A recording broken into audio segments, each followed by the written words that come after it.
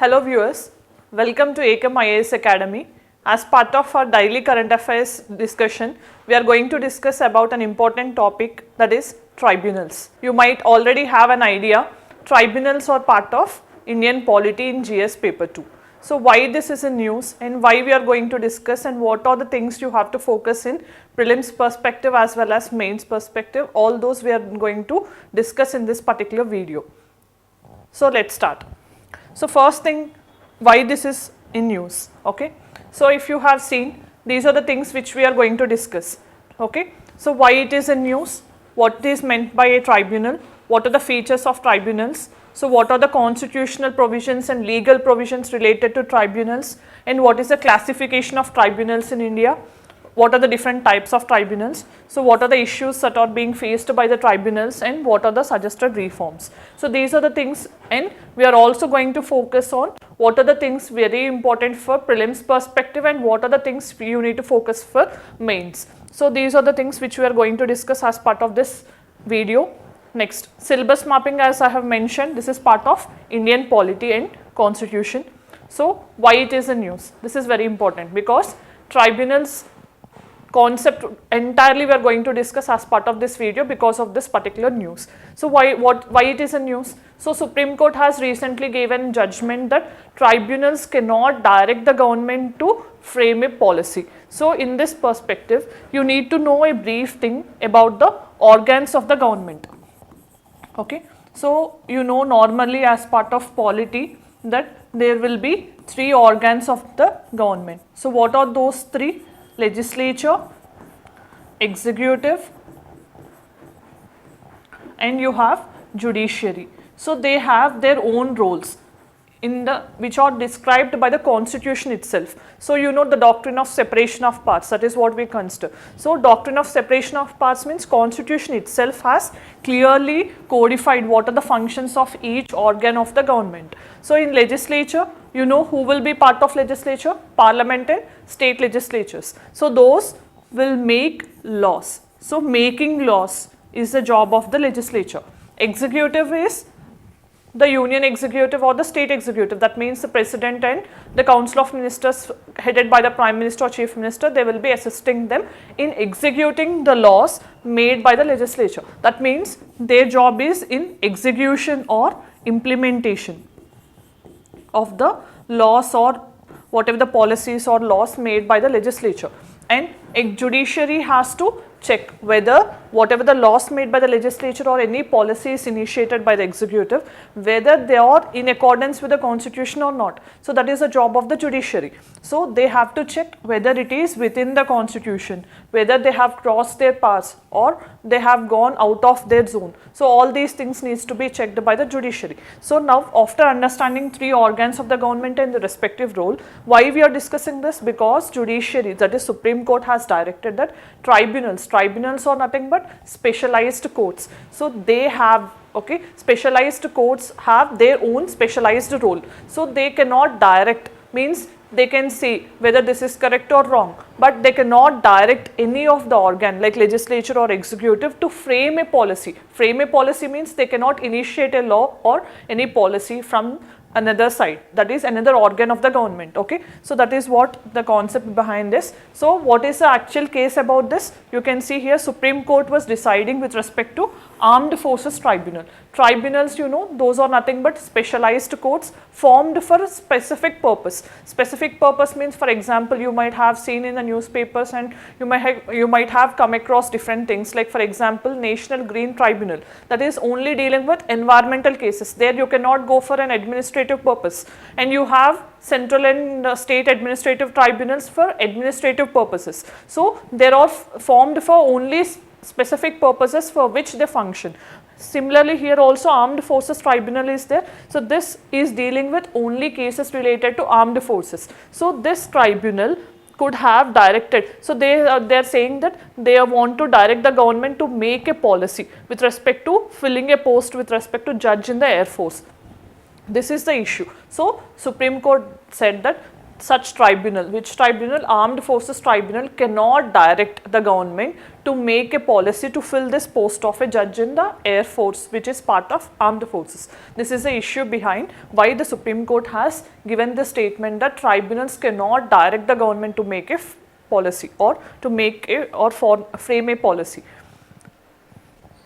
Next. So this is a judgment in detail. So making a policy is not the domain of the judiciary. Making a policy is the domain of executive. Okay. So policy means any law. Okay. For example, if a law has to be made, that has to be made by legislature. If any policy, if any resolution has to be initiated, that has to be taken care by executive. It is not the job of judiciary. That is what the statement.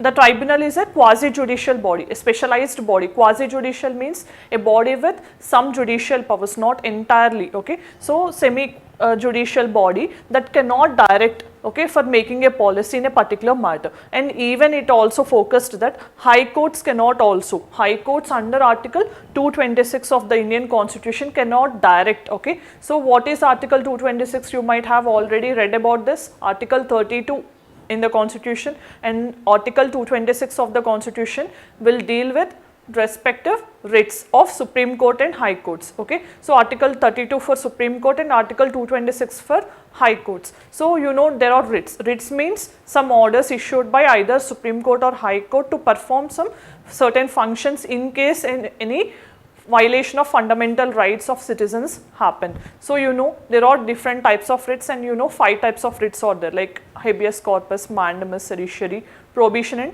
quo warranto. So, here in this particular video we are going to focus on the writ of mandamus. You know what is the meaning of the mandamus? That means to command, okay. So, here whenever the writ of mandamus is issued, then Supreme Court or High Court can direct a public authority or any other court or tribunal also to perform a function which he is obliged to perform. For example, if there is a government officer and he has to perform certain duties, then if in case if he is not performing those duties and he is not willing to perform, then any citizen can file this particular mandamus and they can ask for remedy from the Supreme Court or High Courts. But then now also you can ask whether this tribunal can be the tribunal is also directing, but this is asking to frame a policy. So, that is not the job of the tribunal to ask the government to frame a policy. That is what you have to keep in mind. Mandamus can be issued only when the government official or any court or tribunal is not performing their duties which are constitutionally given or legally given to them. That is what the writ of mandamus, okay. So, next. What is a tribunal? We have seen tribunal is nothing but a quasi-judicial specialized body, okay. So, formed for what purposes? It is formed for administrative purposes, resolution of disputes or taxation related purposes, land related purposes, any purpose, okay. So, for some specialized purpose, if any quasi-judicial body means body with some judicial powers, not entirely like a separate court system, but if it is formed for specific purpose, then we can call it as a tribunal.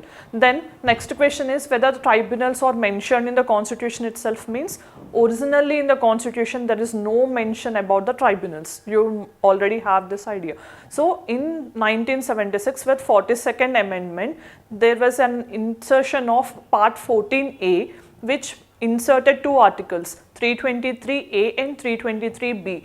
So, with those articles we have this tribunals incorporated into Indian Constitution. So, you know normally and when an article is followed by capital A or B, that means there is some amendment. With that amendment they were inserted into the Constitution. Original Constitution articles will have only numbers. That is one another thing you can easily remember, okay. So, tribunals are alternative to courts. Why these tribunals have to function means because courts are overburdened. So, normally whenever a case or whenever an issue or offence happens, so everyone will approach different courts according to their jurisdictions and all. So, that is leading to burdening of cases in the Supreme Court or High Courts or in the district courts. So, there will be lot of delay in dispensation of justice. So, because of this system, tribunals are formed so that speedy justice system will be realized, and also it will help in faster disposal of the cases. That is the idea behind. So what is the purpose here? You can see swift and cost effective and decentralized resolution of disputes. Swift means very speed, and cost effective. Cost effective because you need not go from lower court to higher court challenging or appealing it and all. So but in this case, directly whenever a tribunal associated to your particular issue is there, you can approach the tribunal and you can easily get the remedy. Okay, so that is cost effective also, and also decentralized. There is no hierarchy here. Okay, so maximum if one tribunal is there, from that you can go to high court and from then to Supreme Court. So there is less number of courts involved. And what are the functions? Functions means adjudicating disputes and determining the rights. So between the parties and adjudicating the disputes and also making a decision. These are the main functions that a tribunal normally performs. Then these are the differences between a court and normal traditional court and a tribunal. You know, normally a traditional court is established as an organ, separate organ, judiciary. It functions under judiciary. That means constitution has mandated some courts. Okay, so like for example Supreme Court and High Courts. But a tribunal, it is not there itself in the original constitution. That means a particular law has been passed by either parliament or the state legislature to form a tribunal. That is what the fundamental difference is. Then who will be composed in the normal court? That means judges will be there. So there are purely persons who have legal background, who have legal knowledge. Okay, but tribunal will be consisting of some judicial members, at the same time some technical members also. For example, NGT is the National Green Tribunal. So the persons who are having sound knowledge of environment and environmental issues, they can go and they like with some qualifications, they can be part of National Green Tribunal. So the persons who are having good knowledge of company affairs can work in National Company Law Tribunal. So that is not only judges of legal background. In tribunals there will be some technical members as well. That is another difference. And here you can see judiciary is independent of executive. So in normally that is a controversy also, because most of the times there is a controversy that in appointment of collegium, through collegium also, there is a lot of issue going on, because the government want to be part of the appointment process of the judiciary, but judiciary wants to be independent, because independence of judiciary was guaranteed by the constitution itself, and it is also one of the basic structure which cannot be curtailed down by an act of parliament. That is what. So but judiciary here is completely independent. But when you come to tribunals, tribunals are not completely independent, because the appointment procedure, term, salary, removal, all these things are done from the side of the executive itself. So executive is controlling the process in the tribunal. So they are not independent of the executive. And here you can see the persons, normally whatever the persons are there, they can be trained here. So they will be having their expertise in their particular fields, and also they will have some good knowledge of law also. So these are the main things which you have to remember, the differences between a court and a tribunal.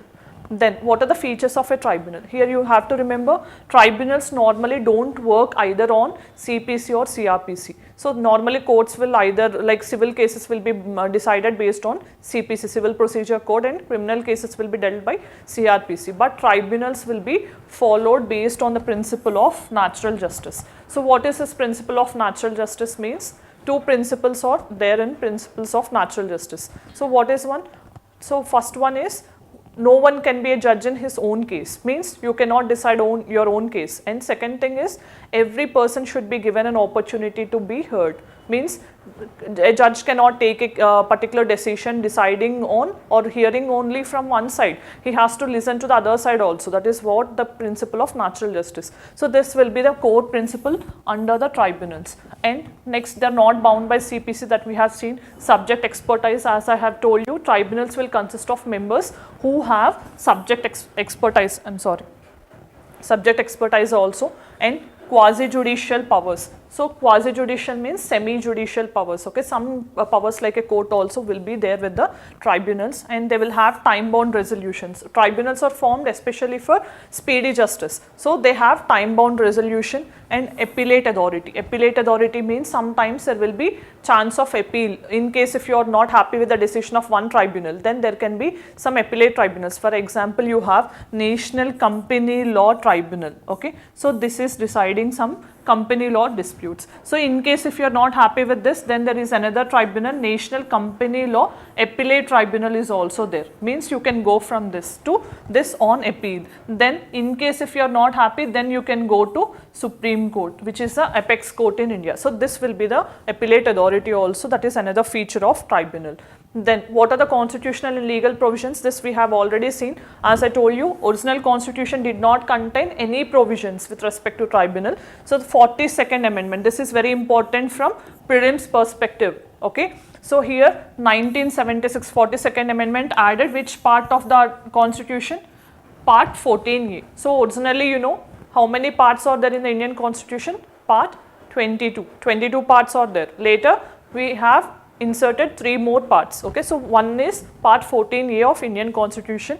This is containing detailed provisions about the tribunals. So what are those? Article 323A. Okay, 323A is one type of tribunals which are dealing with administrative purposes. Administrative purposes means only with respect to public servants. Okay, so the related service provisions or employment related things will be dealt by administrative tribunal. Article 323B is dealing with tribunals for other matters. Other matters means it can be taxation, land related, environment related, election related, anything. Okay, so for all these purposes there can be one another tribunal also which can be created by law. Parliament can make a law and it can enact and it can make this. So this is 2 articles. Then 323A, these provisions you have to know the comparative differences, because 323A is authorizing to create administrative tribunals. Who is authorized?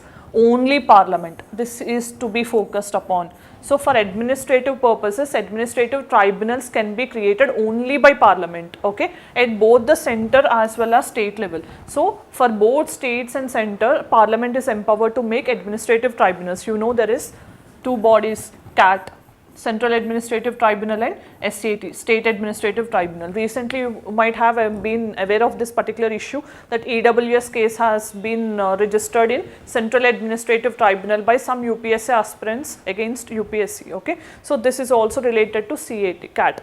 Okay, and this is dealing with only recruitment of public servants, okay, that can be in the central level or state level. 323B for other subjects, okay, it can be taxation, land or another thing, but another important thing here is Parliament or state legislatures. Here only Parliament in 323A for administrative purposes. Here both Parliament and state legislatures both can make laws or they can pass laws to constitute tribunals on under this 323B for any other purpose. So in 2010, Supreme Court said that whatever the matters that are listed in 323B for any other purpose means it is not exclusive. Okay, so according to the need under the 7th schedule, according to the powers conferred, because you know union list means only Parliament can make law, state list means state law can be made only by state legislatures. So under their respective jurisdictions, according to the need, those laws can be made to create such tribunals under 323B. That is a judgment given in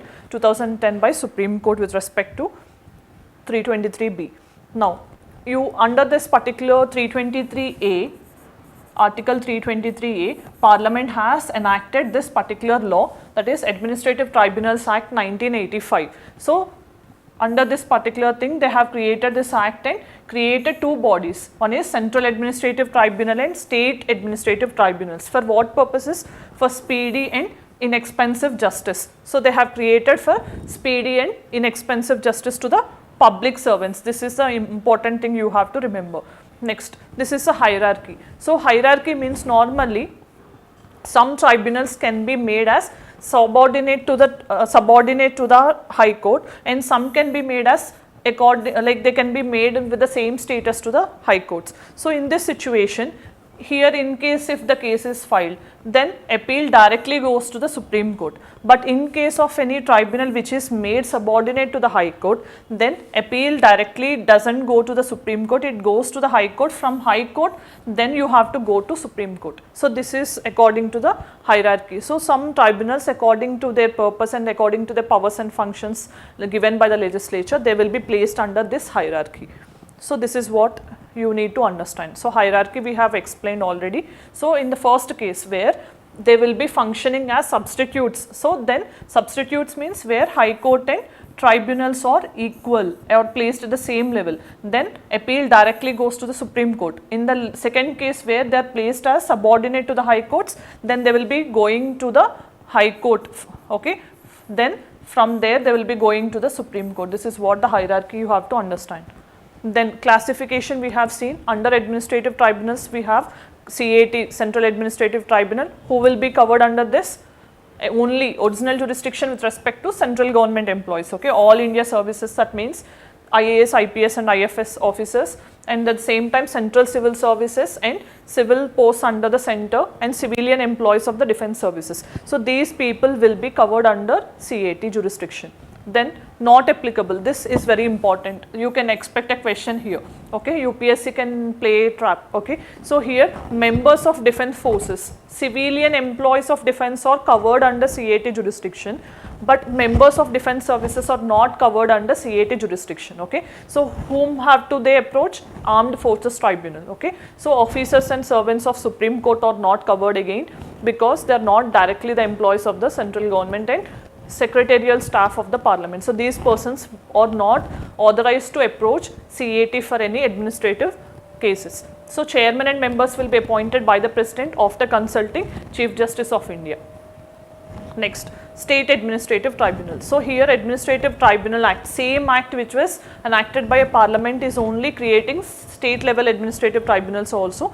Same with respect to authorization is with respect to state government employees, okay. So they have to decide the administrative cases related to state government employees, and they are also appointed by the president. This is another important thing. So you shouldn't get confused. They are not appointed by the governor, they are also appointed by the president, but after consulting the governor. In case of Central Administrative Tribunal, president is appointing after consulting Chief Justice of India. Here it is a case of governor. Next, sometimes there can be a provision of joint administrative tribunal also. So same act is creating when two or more states request the parliament, then this such tribunal setup can be established. So here also the appointment is done by the President of India after consulting those respective state governors. So if two or more states are involved, then those many governors will be consulted. Then other tribunals apart from administrative tribunals, you have some examples like National Green Tribunal. NGT Act of 2010 has created this only for environmental purposes. Then you have foreigner tribunals. This was passed in an act in 1964. So especially with respect to Assam, it was formed. Later now, in case if a foreigner, like he is not authorized to enter into India, and after permission also or after expiry of visa, if he is staying in India, then he will be deported back. That is the job of the foreigner tribunal. In case of a dispute with respect to whether he is a foreigner staying legally or illegally, all these cases will be dealt by foreigner tribunals. And National Company Law Tribunal will deal with company law cases, okay. So in case of you have two different jurisdictions, if individuals will go bankrupt or in case of any company will go bankrupt, okay, in those situations we have these type of setups.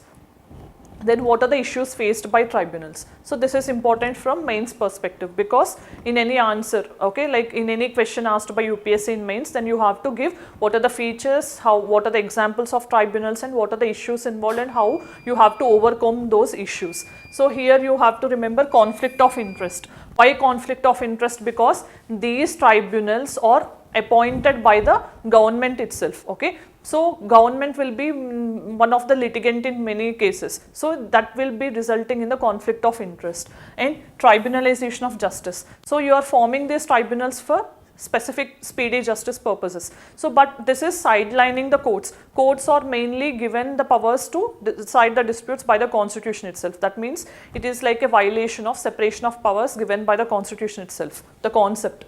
And lack of independence. Independence means here the judges are not functioning independently. That is what we have seen in the differences between a court of law and the tribunal. Tribunals will not be independent because their appointment, removal and all this will be taken care by the government itself. And overlapping jurisdictions. Sometimes some tribunals, for example Competition Commission also we have one tribunal, and we have Company Law Tribunal. So those two will have some overlapping jurisdictions, or they will have some coinciding functions. And jurisdiction of high courts. So with this, with respect to tribunals, you have to mention in any mains answer this Chandra Kumar case. This is also one landmark case in with respect to tribunals and their powers in relation to High Court. So what happened in this case is, normally till then, before this case, tribunals used to approach, after tribunals, if you want to appeal, you have to go to Supreme Court only, okay. But this is, it in a sense you can say that is like an overriding, or like you can say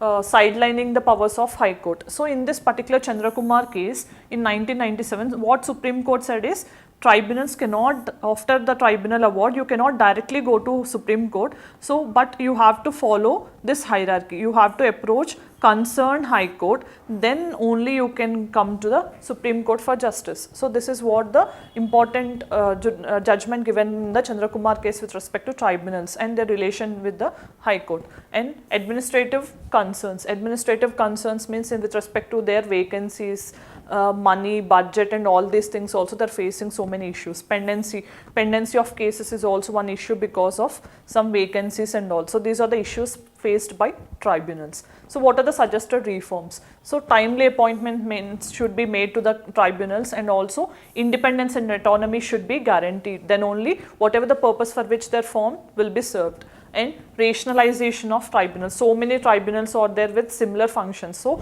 these need to be rationalized so that we will have less number of tribunals to decide more number of cases. And National Tribunal Commission is also suggested by like some commissions like National Commission to Review Constitution and all. For these commissions have recommended that there should be one body to regulate the issues. That means for appointment, removal and all these things, such commission should take care of these things so that government's interference will not be much in this particular process. Next. So, as part of this concept, we have discussed in detail with respect to tribunals. Now, answer the questions related to tribunals. So, Central Administrative Tribunal was set up on the recommendation of Ministry of Law and Justice, Administrative Reform Commission, Law Commission and Sarkaria Commission. So, answer your option in the comment section. Then, mains question. This was asked in 2018 by UPSC. So, understand the nature of the questions. Whenever you read a concept, try to understand from prelims and mains perspective what are the focus areas. So, here, how far do you agree with the view that tribunals curtail jurisdiction of ordinary courts? In view of the above, discuss the constitutional validity and competence of tribunals in India. So here what are the things you have to focus upon? In this you have to focus upon what are the differences between courts and tribunals and how, okay, whether they are conflicting with the courts or not. You have to give your judgment, and I mean you have to give your stand, okay. So you have to give with some validity, and then you have to discuss constitutional validity, means what are the provisions related to tribunal and what are the other powers given to the tribunals. So if you make these things in one answer, then it will be complete. So these are the things which we have discussed. Thank you.